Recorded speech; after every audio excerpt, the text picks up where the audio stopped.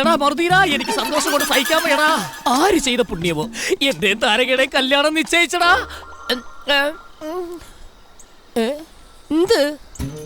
എന്താ പെട്ടെന്ന് ഒരു കല്യാണ ചെറുക്കന്റെ ലക്ഷണമൊക്കെ തോന്നുന്നുണ്ടല്ലോ.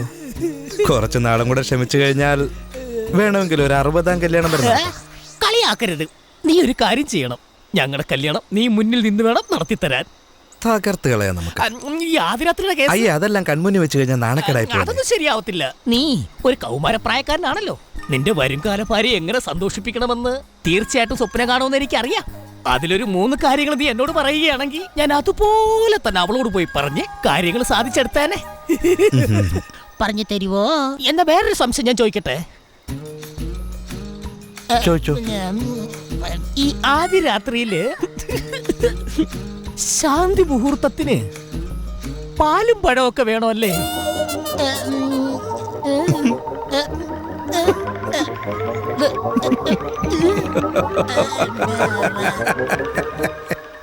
ചിരിക്കുന്ന എന്തിന്?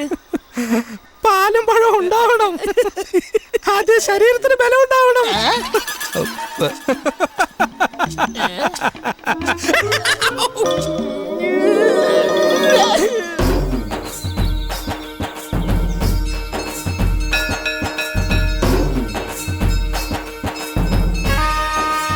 മംഗളം ഭവിക്കട്ടെ, മംഗളം ഭവിക്കട്ടെ. അങ്ങനെ എന്റെ താരകത്തിന്റെ കഴുത്തിൽ ഞാൻ താലി കെട്ടി.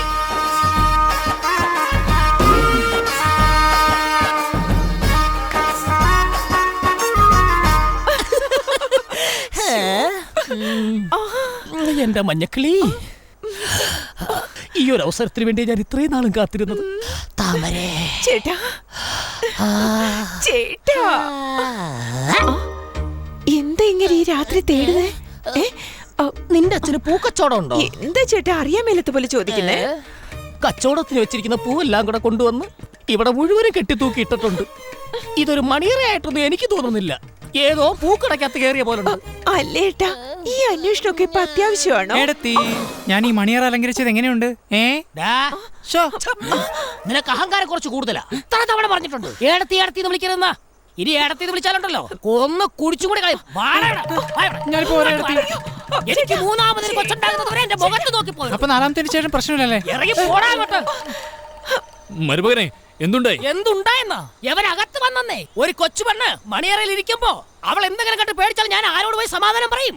എടുത്തി വരട്ടെ, എടുത്തി അമ്മാവാ, അമ്മാവൻ അമ്മായിയെ കൊണ്ട് അങ്ങോട്ട് വയ്ക്കൂ. ഞാൻ നിങ്ങളുടെ മകൾ താരക സുന്ദരിയെ കൊണ്ട്. അയ്യോ, പൂച്ച കുറുകെ കടന്നു. എന്താ കുറുക്കെ? ഒരു പൂച്ചയല്ലേ പോയത്? ആരെ കണ്ടിട്ട് വിളിക്കുന്ന പോലെ? അതല്ല മരുമോനെ, ശാന്തി മുഹൂർത്തത്തിന് മുമ്പ് പൂച്ച കുറുകെ കടന്നു പോയാൽ വലിയൊരു അപശകുനമാണ്. ഇതങ്ങനെ വിടാൻ പാടില്ല. താരകെ വരൂ. അയ്യോ, പൂച്ച കുറുകെ ചാടിയപ്പോൾ എന്റെ ശാന്തി മുഹൂർത്തം കുളവായല്ലോ. ദൈവമേ, ദൈവമേ, പൂച്ച കുറുകെ ചാടിയ സമയത്ത് ശുക്രൻ 4-മതും 4-മതിരിക്കേണ്ട ചൊവ്വ 7-മതിരിക്കുന്നതും കൊണ്ട് എങ്ങനെ നോക്കിയാലും 3 ദിവസത്തേക്ക് ശാന്തി മുഹൂർത്തം പാടില്ല. 3 ദിവസോ? അച്ഛാ, അമ്മ, അച്ഛാ. ജോത്സ്യരെ, വേറെ വഴിയുണ്ടെന്ന് നോക്കിയാലും എന്റെ മരുമകനെ വലിയ ധൃതിയാണ്. ധൃതി കാണിക്കുന്ന പിന്നെ എന്ത് ചെയ്യും അച്ഛാ? എടോ, ഇപ്പൊ തന്നെ താനിങ്ങനെ വെപ്രാളപ്പെട്ടാൽ എങ്ങനെയാ? അപ്പൊ അവിടെ പോയി ഞാൻ പൊളിച്ചെടുക്കൂലേ?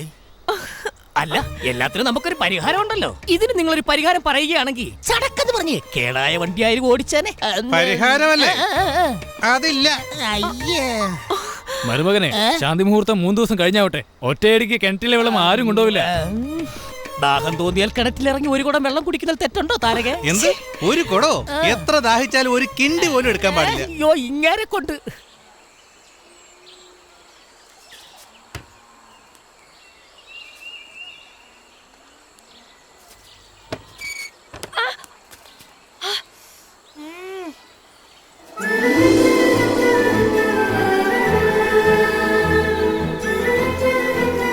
ഇതെന്താ കയ്യിലെല്ലാം തഴമ്പ്? അതോ പോരിന് വേണ്ടി തയ്യാറായിക്കൊണ്ടിരിക്കുക. വേതാളങ്ങളെ ഓടിക്കാൻ വേണ്ടിയാണോ? അതെല്ലോ, ഞാൻ മാത്രമല്ല, എന്റെ 3 മക്കളെയും കൂടെ ഞാൻ തയ്യാറാക്കിക്കൊണ്ടിരിക്കുകയാണ്. എന്താ എന്തു പറ്റി? അതല്ല, നിങ്ങൾക്ക് മക്കളൊക്കെ ഉണ്ടെന്നോ? ഇതുവരെ ഉണ്ടായിട്ടില്ല. നീ ഒന്ന് സഹകരിച്ചാൽ വേണമെങ്കിൽ. എന്താ പറഞ്ഞ?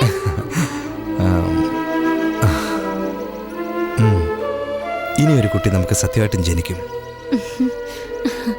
ഇങ്ങനെ നിങ്ങൾ പ്രണയം അഭ്യർത്ഥിക്കുമല്ലേ?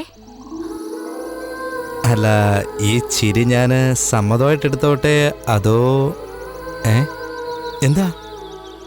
ഞാൻ നിന്നെ വഞ്ചിക്കുമെന്നുള്ള പേടിയുണ്ടോ നിനക്ക്? ഒരുപക്ഷെ നിങ്ങൾ എന്നെ വഞ്ചിക്കുകയാണെങ്കിൽ പോലും ഒരിക്കലും എനിക്ക് വഞ്ചിക്കാനാവില്ല. മർധീര, എന്താ മോനെ ഇത്? എന്ത് ധൈര്യത്തിൽ നീ ഇവിടെ ഇങ്ങോട്ട് വിളിച്ചോണ്ട് വന്നിരിക്കുന്നേ? ശരി, എനിക്ക് സന്തോഷമായി. നമ്മുടെ ഗ്രാമവാസികളെ എല്ലാം അറിയിച്ച് പവിഴത്തിന്റെ അച്ഛനോടും പറഞ്ഞ് കല്യാണം നടത്താം. എല്ലാം അവിടുത്തെ ഇഷ്ടം പോലെ അച്ഛാ. ആ പിന്നെ മർധീര, നമ്മുടെ മുനിയപ്പന് 9 പുഷ്പങ്ങൾ വെച്ച് വഴിപാട് കഴിക്കണം. തീർച്ചയായും വേണം. പിന്നെ അച്ഛൻ എന്തു വേണമെന്ന് പറഞ്ഞാലും ഞങ്ങൾ രണ്ടുപേരും ഒന്നു ചേരണമെന്ന് ആദ്യം ആഗ്രഹിച്ച അച്ഛനാണ്. ഒരു പുതപ്പ് മേടിച്ചതാ.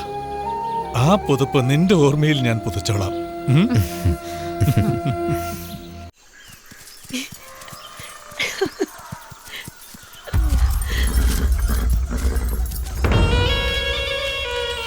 ഈ സമയത്താണ് വേതാളത്തിന്റെ വേഷം ഇട്ടുകൊണ്ട് വന്ന് നിൽക്കുന്നത്. അയ്യോ, വേതാളങ്ങൾ! നീ വെറുതെ പേടിക്കണ്ട മല്ലി. പിള്ളേർ പാവം ഇടയ്ക്കിടയ്ക്ക് വന്ന് ഇങ്ങനെ കാണിക്കാറുണ്ട്. 4 തട്ട് കൊടുത്തു വിട്ടാ എല്ലാം ശരിയാകും കേട്ടോ.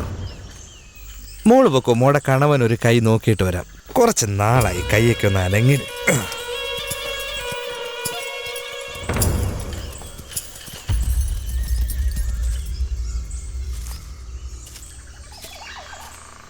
എന്താ ഇത്? എന്തിനാ ഇതൊക്കെ? എന്നോട് അവർക്ക് പ്രണയം ഉണ്ടെന്നുള്ള കാര്യം അറിഞ്ഞൂടെ നിങ്ങൾക്ക്? പിന്നെന്തിനാ വേഷം മാറി എന്നെ വെറുതെ ശല്യം ചെയ്യുന്നേ?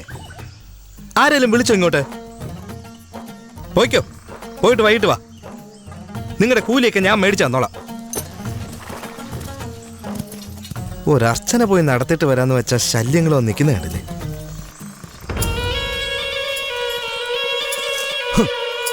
നമ്മളെപ്പോലെ വേഷം ധരിച്ചവരോ?